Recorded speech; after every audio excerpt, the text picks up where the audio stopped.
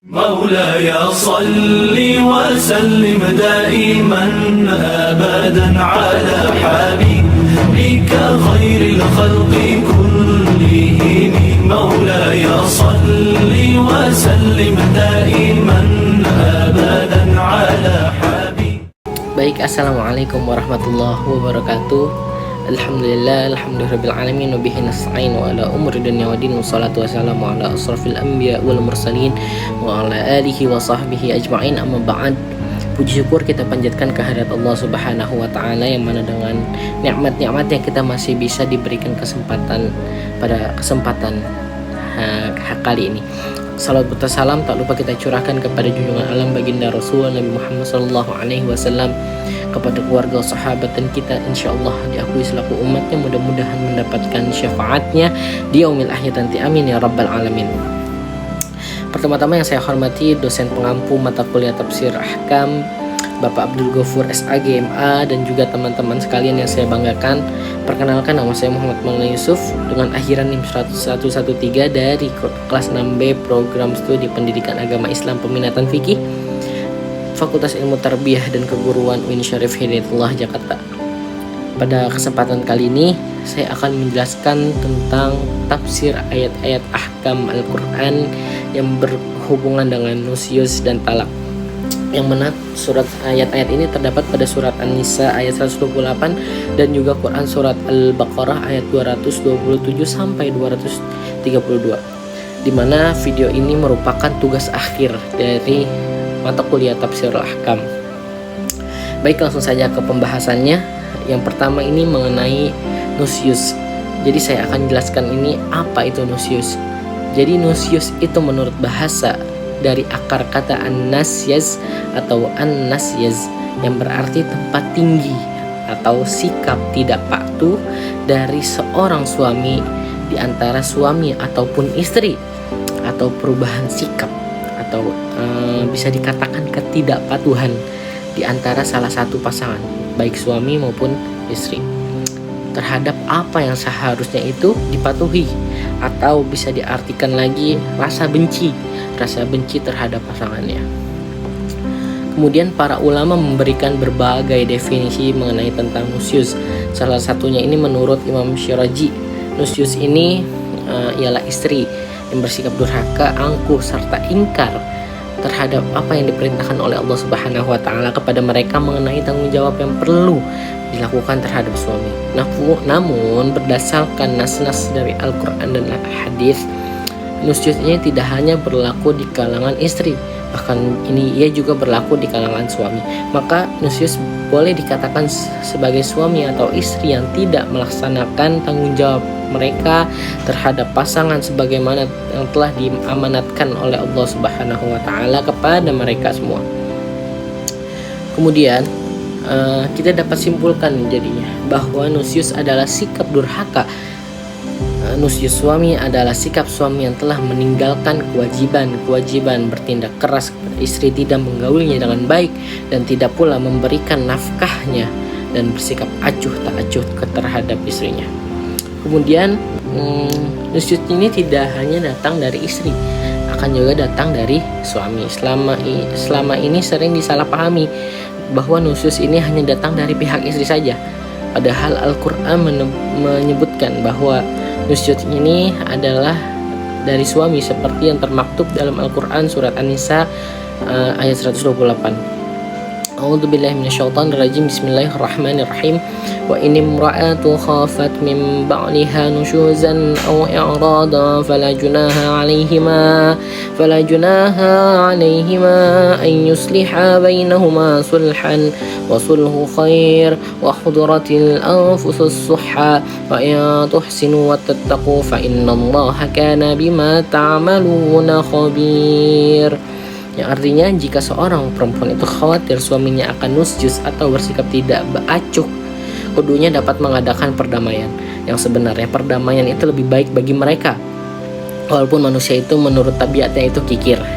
Jika kamu berbuat kebaikan dan memelihara dirimu dari nusyuz dan sikap tidak acuh, sungguhnya Allah Maha teliti terhadap apa yang kamu kerjakan. Ayat tersebut menyatakan tidak hanya istri yang dikhawatirkan nusyusnya, akan tetapi suami juga dikhawatirkan nusyusnya. Nusyus suami terjadi apabila suami tidak melaksanakan kewajibannya terhadap istri dengan baik, bersifat materi ataupun non materi. Dan jika seorang perempuan, yaitu istri, khawatir akibat sikap buruk dari suami, usianya yang lebih tua dari suami, atau karena suaminya menginginkan perempuan lain yang lebih muda dan lebih cantik daripadanya, yang mengakibatkan suami itu meninggalkan kewajibannya selaku suami, tidak memberikan nafkah lahir dan batin, melakukan tindakan kekerasan dan tindakan-tindakan lain yang dapat mengacu keselamatan dirinya, atau khawatir suaminya bersikap tidak acuh atau berpaling dari dirinya, bahkan meninggalkan yang dapat menyebabkan ikatan perkawinan ini terancam.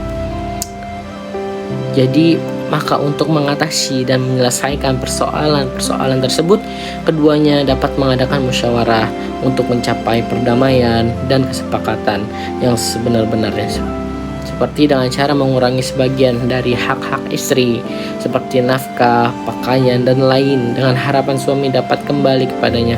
Kesepakatan dan perdamaian yang diusahakan itu lebih baik bagi keduanya daripada perceraian.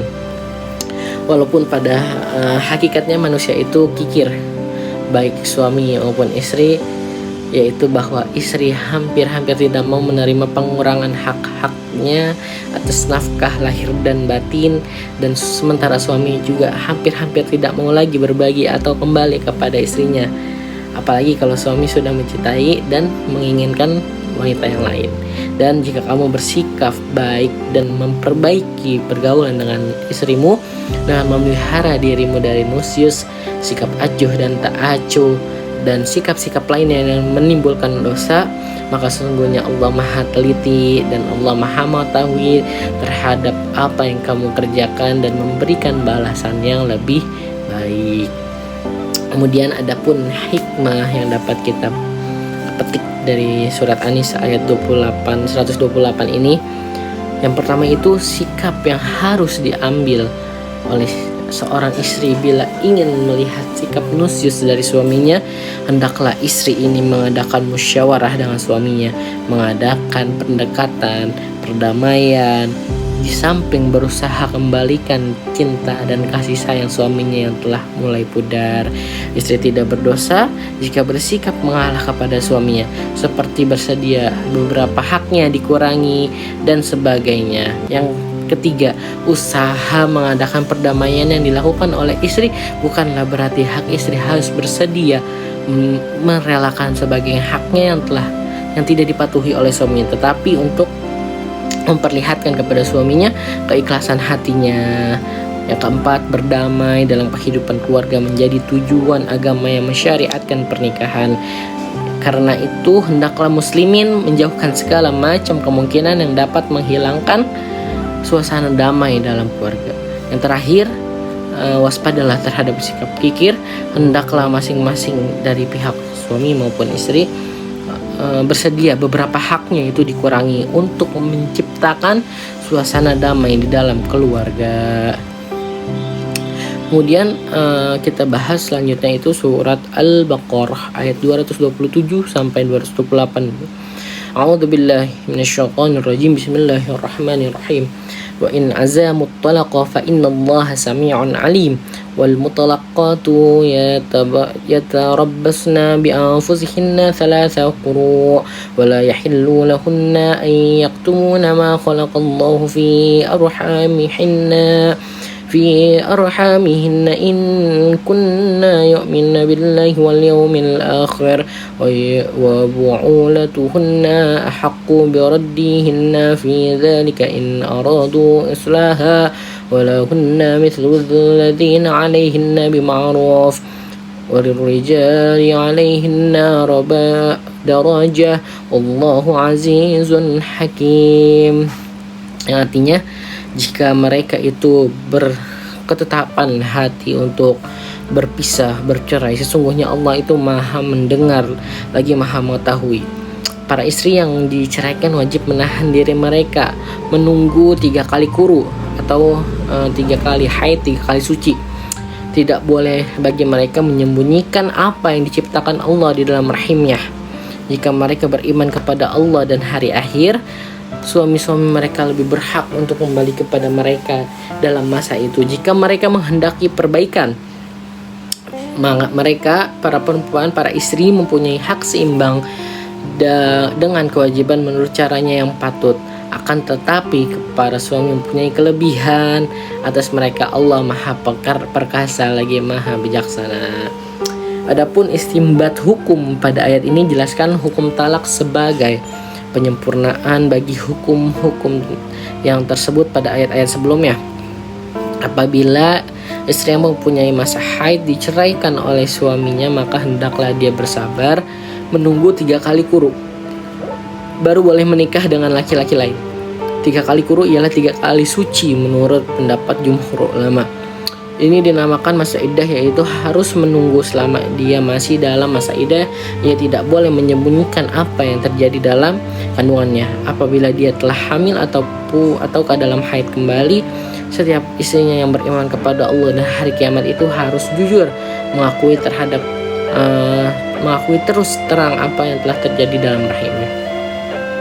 Dan hikmah yang dapat kita petik dari ayat tersebut diantaranya: yang pertama, untuk mengetahui bebasnya rahim dari kehamilan sehingga tidak bercampur nasab seseorang dengan nasab orang lain.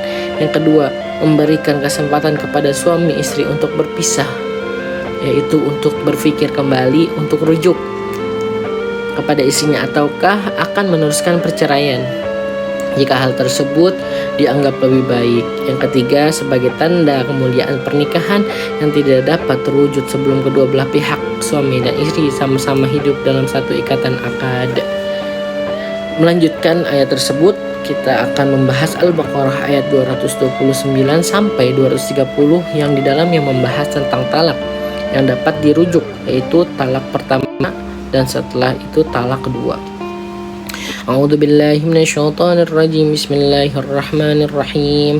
At-talaqu marratan fa imsakum bima'rufin aw tasrihum bi ihsan wa la yahillu lakum an ta'khudhu mimma ataytumuhunna shay'an إلا أن يخافا ألا يقيما حدود الله وإن خفتم ألا يقيما حدود الله فلا جناح عليهما فيما افتدت به تلك حدود الله فلا تعتدوها ومن يتعد حدود الله فأولئك هم الظالمون فإن طلقاها فلا تحل له من بعد حتى تنكح زوجا غيره فإن طلقاها فلا جناح عليهما أن يتراجعا إن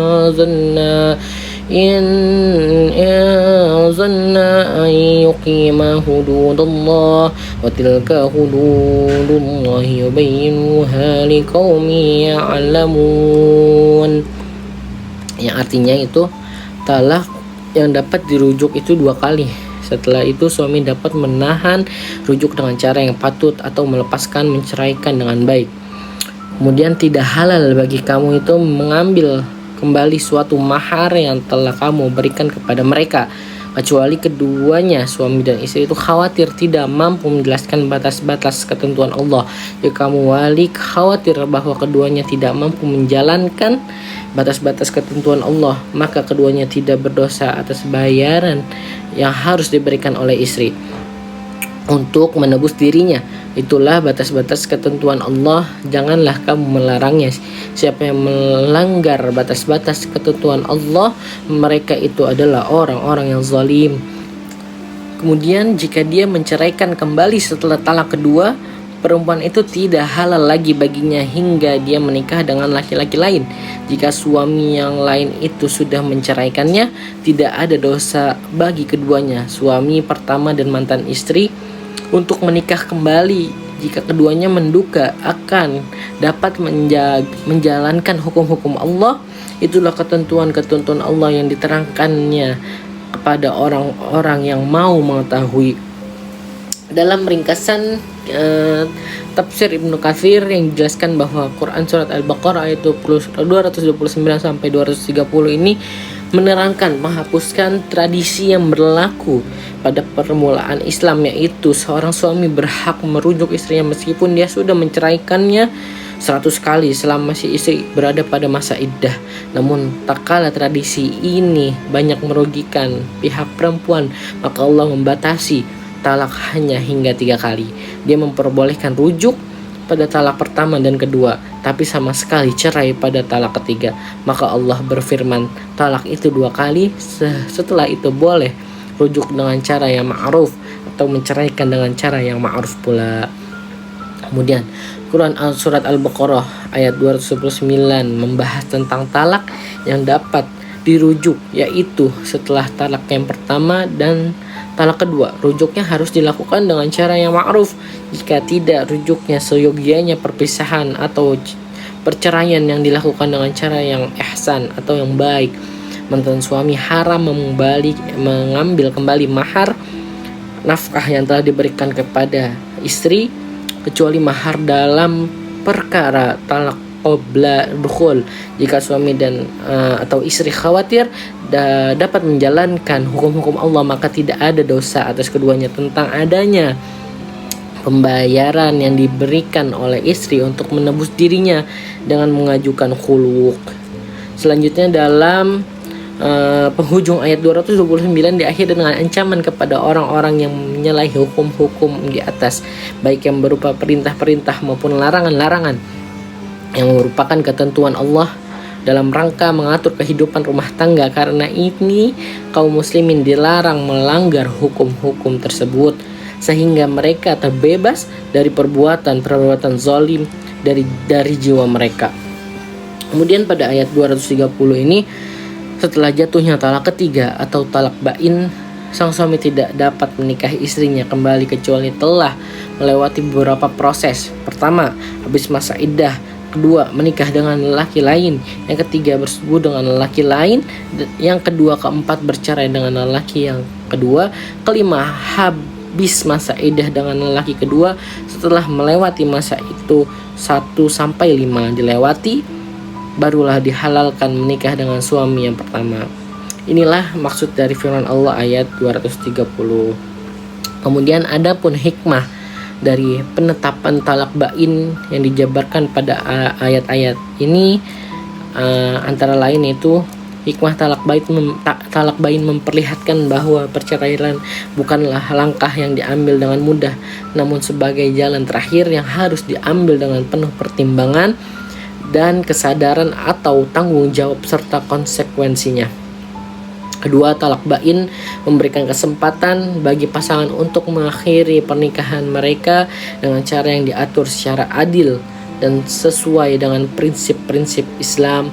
Ini memastikan bahwa keputusan untuk bercerai diambil dengan penuh pertimbangan dan kebenaran.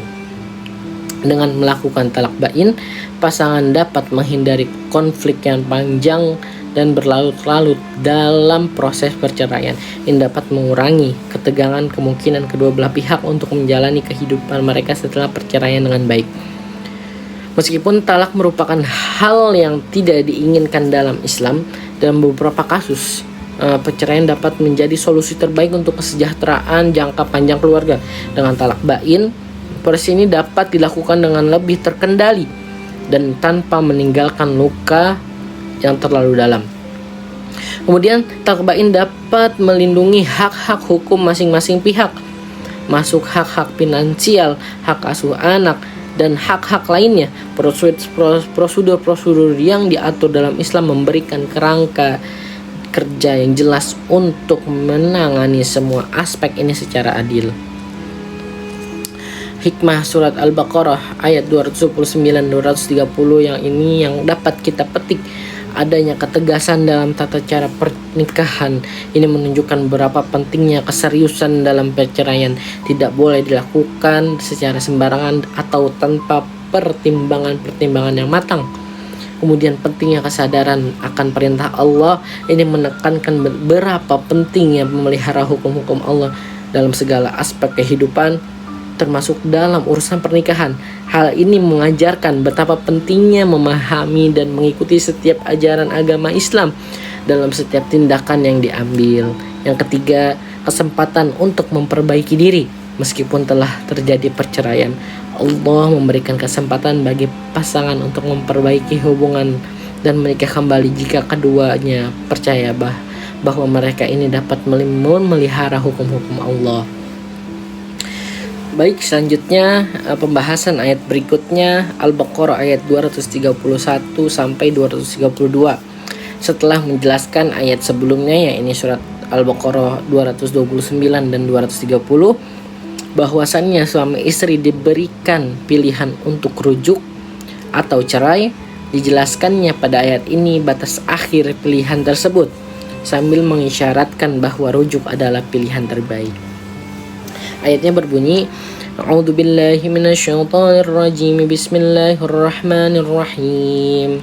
Wa idza talaqtumun nisaa fabalagna ajaluhunna faamsikuhunna bima'rufin aw sarrihuhunna bima'ruf wa la tumsikuhunna diraran lita'tadu wa man yaf'al dzalika faqad zalama nafsahu wa la tattakhidhu ayatillahi huzwa wadhkuru ni'matallahi 'alaikum وما أنزل عليكم من الكتاب والحكمة يعظكم به واتقوا الله واعلموا أن الله بكل شيء عليم وإذا طلقتم النساء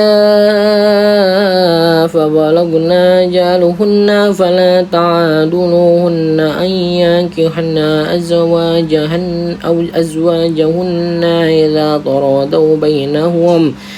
إذا تراضوا بينهم بمعروف ذلك يوعظ به من كان منكم يؤمن بالله واليوم الآخر ذلكم أزكى لكم وأطهار والله يعلم وأنتم لا تعلمون.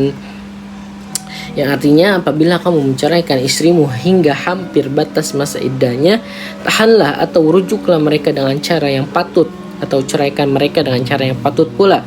Janganlah kamu menahan rujuk mereka untuk memberi kemudaratan sehingga kamu melampaui batas. Siapa yang melakukan demikian, dia sungguh telah zalim terhadap dirinya sendiri. Janganlah kamu jadikan ayat-ayat Allah ini, hukum-hukum Allah ini sebagai bahan ejekan. Ingatlah nikmat Allah kepadamu dan apa yang telah diturunkan Allah kepadamu, jika Al-Quran dan hikmah sunnah untuk memberikan pengajaran kepadamu. Bertakwalah kepada Allah dan ketahuilah bahwa sesungguhnya Allah Maha mengetahui segala sesuatu. Terjemahan ayat 232, apabila kamu sudah menceraikan istrimu lalu telah sampai habis masa iddahnya, jangan kamu menghalangi mereka untuk menikah lagi dengan calon suaminya. Apabila telah terdapat kerelaan di antara mereka dengan cara yang patut, itulah yang dinasihatkan kepada orang-orang di antara kamu yang beriman kepada Allah dan hari akhir.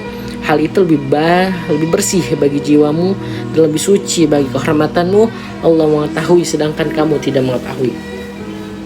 Adapun redaksi yang digunakan pada ayat 231 ini adalah balagna ajalahunna, yang secara harfiah berarti telah mencapai masa akhir iddahnya. Karena telah mencapai masa akhir iddahnya, suami tidak mempunyai hak untuk memaksa istrinya untuk rujuk. Demikian Allah memberikan pengajaran menyangkut berbagai hal dalam kitab suci dan melalui sunnah Nabi Muhammad SAW. Dan karena itu bertakwalah kepada Allah dan dengan menjalankan petunjuk itu sambil meyakini bahwa itu adalah petunjuk yang sempurna. Kemudian pada ayat 232 Allah masih seperti ayat 231 yang menggunakan kata ajaluhunna. Maksud ayat 232 ini adalah berakhirnya masa iddah, berbeda dengan maksud dari kata ajalnya ayat sebelumnya yang berarti mendekati akhir masa iddahnya, karena maksud ayat ini adalah melarang para wali untuk menghalang-halangi orang yang diwalikannya, istri yang telah diceraikan oleh suaminya, untuk menikah kembali dengan calon suaminya.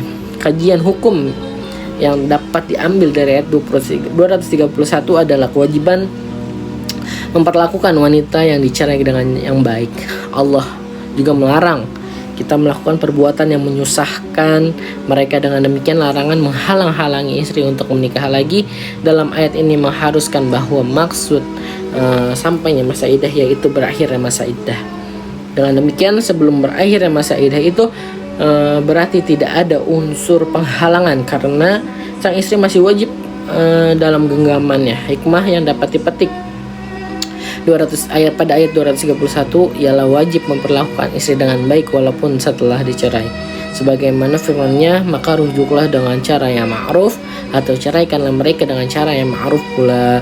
Hal ini supaya seorang tidak menyakiti istrinya yang telah diceraikan, baik dengan perkataan, perbuatan, atau mereka meminta kembali perceraian yang telah diberikan kepada istrinya seperti pakaian, perhiasan, dan lain-lain, karena ini bertentangan dengan perintah Allah. Selanjutnya dalam ayat 232 ini disebutkan tentang haramnya penghalangan tersebut, yaitu perbuatan suami menghalang-halangi istrinya untuk menikah dengan laki-laki lain. Perbuatan suami menghalang-halangi istri menikah dengan laki-laki lain dengan perbuatan para wali yang menikahkan para wanita tanpa minta persetujuannya terlebih dahulu. Apabila telah selesai masa iddahnya tapi suami belum merujuknya kembali, maka dalam ayat ini Allah mengharamkan perbuatan suami yang menghalang-halangi istri untuk menikah dengan laki-laki lain, dan perbuatan wali yang menikahkan para wanita tanpa meminta persetujuan terlebih dahulu. Apabila suami telah menjatuhkan talak kepada istri dan mereka telah menghabiskan masa iddahnya lalu berniat memulai kembali kehidupan berumah tangga yang baru dengan bekas suami atau dengan laki-laki lain, maka tidak dibenarkan bagi para wali atau suami untuk menghalangi kehendakan mereka. Ayat ini juga mengisyaratkan bahwa hendaknya persoalan yang berkaitan dengan rujuk suami diselesaikan oleh mereka berdua tanpa campur tangan pihak luar. Itu bukan saja karena mereka sendiri yang akan merasakan pahit getirnya perceraian, tetapi juga karena hubungan yang pernah terjalin antara mereka adalah hubungan yang sangat intim atau berbeda dengan hubungan yang pada hakikat biasanya. Hubungan khusus tersebut dapat membantu terjalin kembalinya hubungan yang telah putus. Mungkin itu pembahasan ayat-ayat Al-Quran, tafsirul ahkam dari ayat mengenai dengan nusyuz dan talak pada surat An-Nisa ayat 128 dan surat Al-Baqarah ayat 227 sampai 232. Saya menyadari banyak sekali kekhilafan, kesalahan dalam membacakan ayat, pengucapan atau memaknai maknanya. Saya mohon maaf yang sebesar-besarnya. Wallahul muwaffiq ila aqwamit thariq. Wassalamualaikum warahmatullahi wabarakatuh.